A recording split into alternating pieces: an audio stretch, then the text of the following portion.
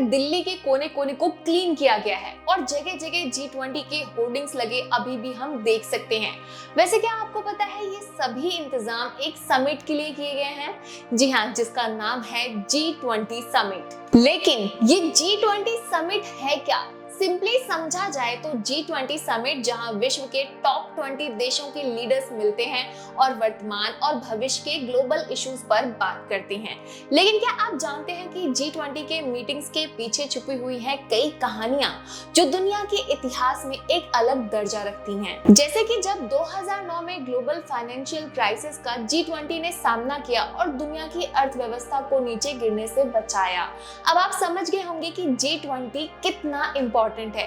तो आज इस वीडियो में जानते हैं G20 के बारे में, कैसे G20 का काम होता है और ये क्यों जरूरी है। और ये एक बात और आपको बता दूं, क्या आप जानते हैं कि G20 का फर्स्ट समिट 2008 में हुआ था। ये तभी की बात है जब फाइनेंशियल क्राइसिस दुनिया भर में कहर ढा रही थी। और उस समिट से लेकर आज तक के मीटिंग्स में क्या क्या खास हुआ, कैसे G20 लीडर्स ने दुनिया के अलग अलग प्रॉब्लम्स का समाधान निकाला, ये सब कुछ इस वीडियो में है। और मेरा नाम है तेजस्वी, स्वागत है आपका एक और खास वीडियो में। G20 का पूरा नाम है ग्रुप ऑफ 20, जिसे शॉर्ट फॉर्म में G20 कहा जाता है और ये 20 कंट्रीज से मिलकर बना है। ये G20 कंट्रीज दुनिया के 85% जीडीपी को रिप्रेजेंट करते हैं। दुनिया का 75% ट्रेड भी इन्हीं देशों के जरिए होता है और ये about 2/3 of the world population का हिस्सा है, जो किसी भी मेजर इंटरनेशनल इकोनॉमिक इश्यूज को सॉल्व करने और ग्लोबल गवर्नेंस जैसे मुद्दे में भी G20 का इंपॉर्टेंट रोल होता है। लेकिन G20 की कोई परमानेंट सेक्रेटेरिएट और कोई परमानेंट स्टाफ भी नहीं है। इंस्टेड G20 प्रेसिडेंसी इसके मेंबर्स के बीच एनुअली रोटेट होती है। इस तरह इसे एक यूनिक ग्रुप भी कहा जा सकता है और अलग अलग देशों को रिप्रेजेंटेशन मिलने की वजह से इसे एक डेमोक्रेटिक G20 ग्रुप भी कहा जा सकता है। ज्यादातर ग्रुप्स रीजनल बेसिस पर बने होते हैं, मतलब वही देश एक ग्रुप में होते हैं जो एक ही क्षेत्र से आते हैं। जैसे ग्रुप 1 में ऑस्ट्रेलिया, कनाडा, सऊदी अरेबिया और यूनाइटेड स्टेट्स शामिल हैं और ग्रुप 2 में इंडिया, रशिया, साउथ अफ्रीका और तुर्की शामिल है। ग्रुप 3 में अर्जेंटीना, ब्राजील और मेक्सिको हैं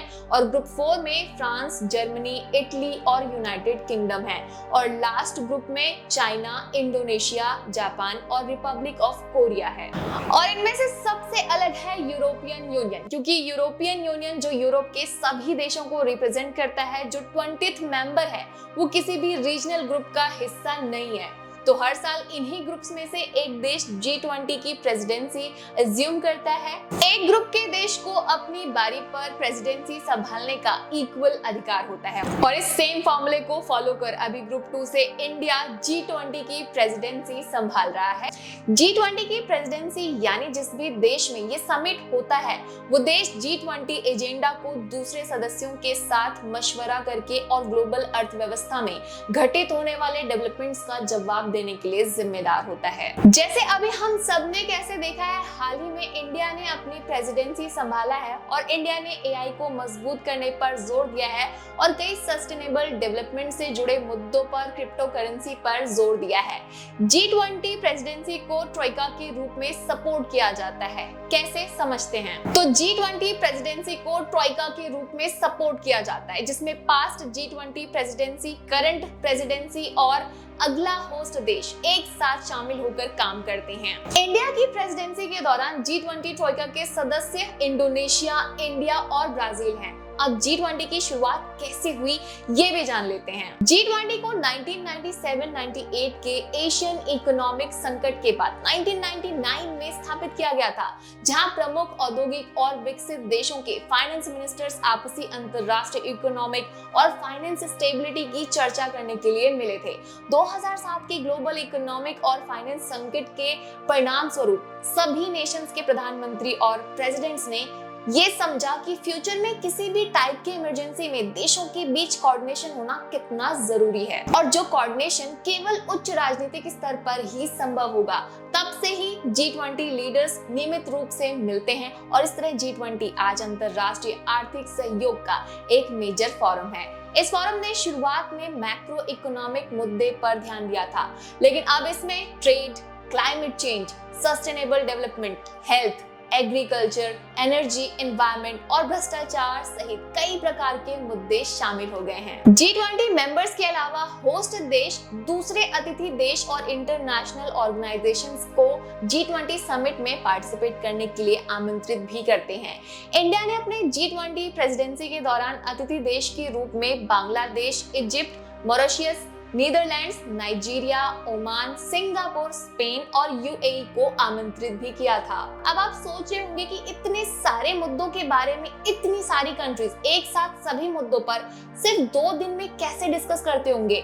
तो हर कंट्री का एक शेरपा यानी पर्सनल मिनिस्टर होते हैं जो अलग अलग समिट्स में अपने देश को रिप्रेजेंट करते हैं, जैसे G7 और G20 में। Sherpa word Nepalese ethnic group से लिया गया है जो हिमालय में लोगों को गाइड करते हैं। ये शेरपा लोग समिट से पहले ही जितने भी एग्रीमेंट्स और कॉन्फ्रेंस होते हैं वो अटेंड कर लेते हैं। ऐसा इसलिए किया गया है कि प्रेसिडेंट्स और प्राइम मिनिस्टर का टाइम सेव हो। और अभी इंडिया के शेरपा पीयूष गोयल हैं जो कैबिनेट मिनिस्टर हैं। तो आज हमने जाना G20 के पूरे सिस्टम के बारे में कि कैसे G20 सिस्टमैटिकली हर साल काम करता है।